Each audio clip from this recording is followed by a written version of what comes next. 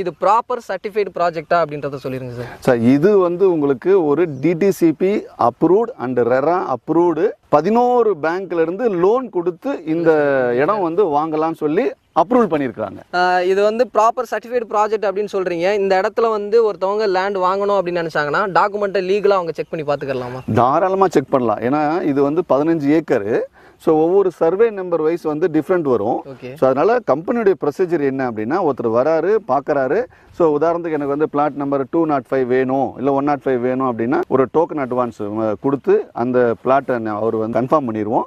தென் அதுக்கப்புறம் அந்த பிளாட்டுக்கான 50 வருட லீகல் டாக்குமெண்ட் நம்ம கொடுத்துருவோம்.